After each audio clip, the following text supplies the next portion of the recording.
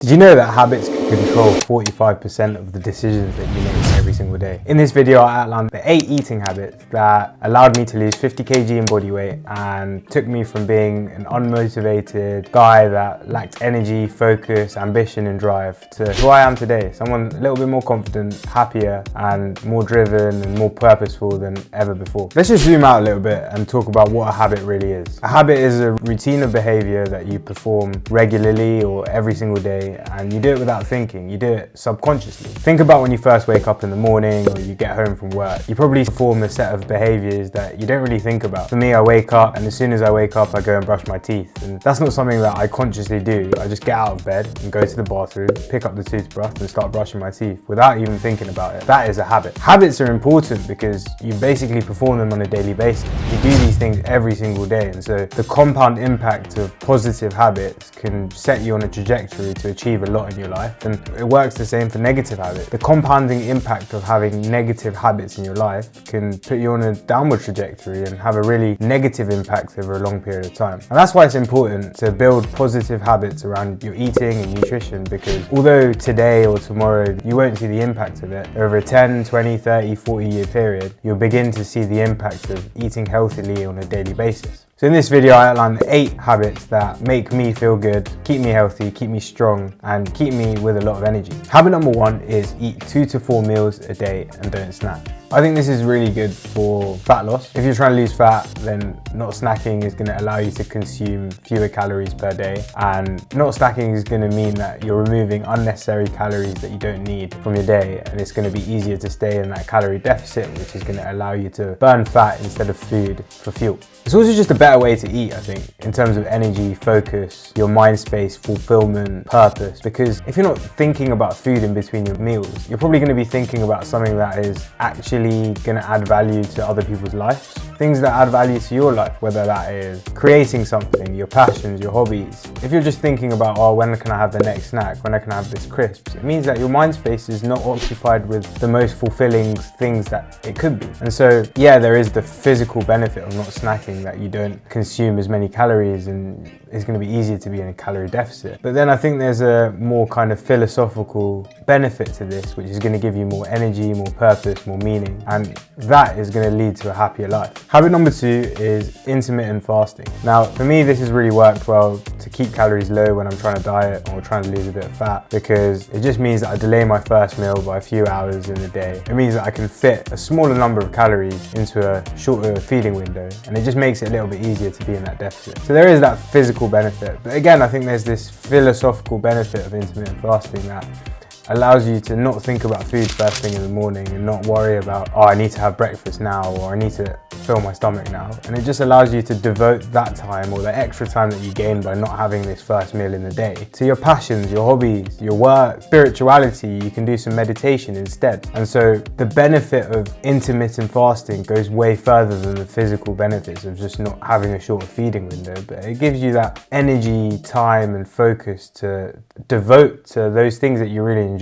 Like for me in the morning, at the moment, I'm focusing on creating YouTube videos, whether that's scripting, filming this video, or doing some editing. And just by not eating, it means that I can fully devote all of my attention to the activities revolving around this idea of growing my YouTube channel, growing my audience, and growing a community that is all striving to be better every single day. The next habit that I like to perform with my nutrition every single day is to eat protein with every single meal. Obviously, I mentioned earlier having 2 to 4 meals throughout the day. Every single one of those meals will have some protein, 20 to 30 to 40 grams of protein. And it's really important for me to do this because firstly, it keeps me full. It helps slow down digestion because protein is harder to break down. And so if you're consuming carbohydrates by themselves, they're really quick to break down for your body, and your blood glucose level is going to spike a lot higher than if you were to consume protein with it. And then protein is good for muscle growth, muscle recovery and muscle repair. Prioritizing protein at every meal, it means that you're going to hit your daily requirement for protein, and it means you're going to stay full, stay satiated, and you're not going to have to eat within, the next 2 hours. Habit number 4, eat a whole food diet. I was the worst at this a few years back. So when I first started dieting, I put my calorie goal on MyFitnessPal, and I was like, great, I have all these calories and I can eat what the hell I want to match those calories. And yeah, okay, I worked a lot lost a little bit of weight, but I feel like it just wasn't optimal. I was just spiking my blood glucose level all the time, and I was probably not feeling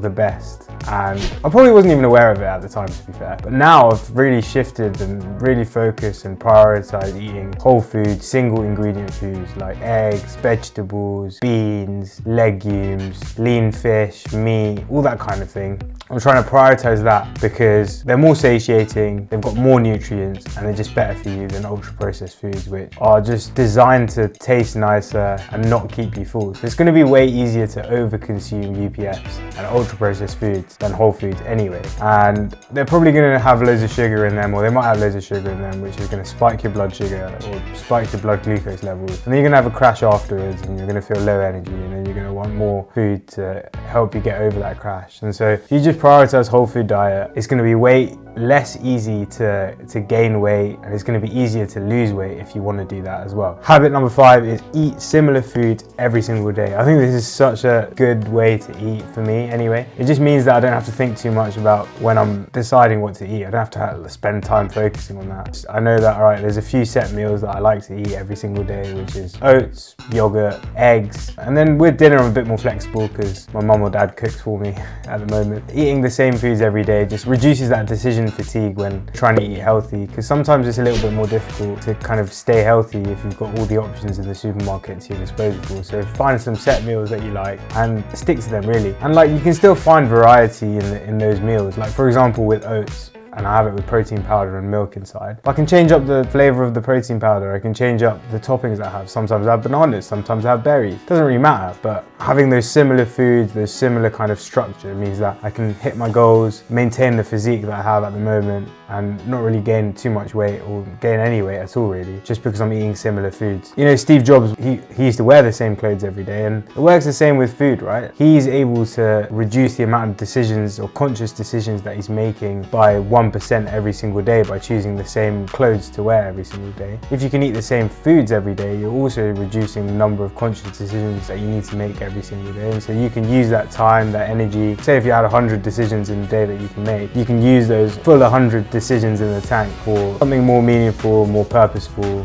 and something that is more fulfilling for you, whether that's your side project, your work, your hobbies. It's going to mean for a more meaningful life. Habit number 6 is plan what you are going to eat in advance. Okay, this is a good habit because sometimes emotions are going to happen and you're going to want to crave some sugary, salty, high fat, unhealthy food, and it does happen because we're human beings at the end of the day, and we're not robots, and we are influenced by the feelings and emotions that we get. But even though we have these feelings and emotions, it's important to become aware of them, appreciate them, and acknowledge them. But sometimes it's important to not act upon them, because acting upon these emotions will sometimes lead to the wrong decisions, whether that's stress eating or emotional eating. If you have a plan in advance of what you're going to eat, it reduces again that decision fatigue when you do have these emotions crop up and are trying to influence you to eat in a certain way. If you have a plan in advance, you can be like, all right, doesn't matter, emotions to the side, I'm going to stick to the plan anyway, and you can still hit your fitness goals, or you can still maintain the physique that you have, or you can still eat in a healthy way to give you the energy that you need to perform in the rest of your life. Habit number 7 is eat veggies with every single meal, or every single savory meal. Like if you're having oats, I don't expect you to have like spinach or something with it, because that's a bit weird, but eat veggies with every savory meal. There's so many benefits to this. I think first, it just keeps you full. Veggies are really low calorie, they taste really nice, and they provide a lot of volume, especially if you're on a slightly lower calorie diet and you're trying to lose a bit of fat. It just provides you with the same satisfaction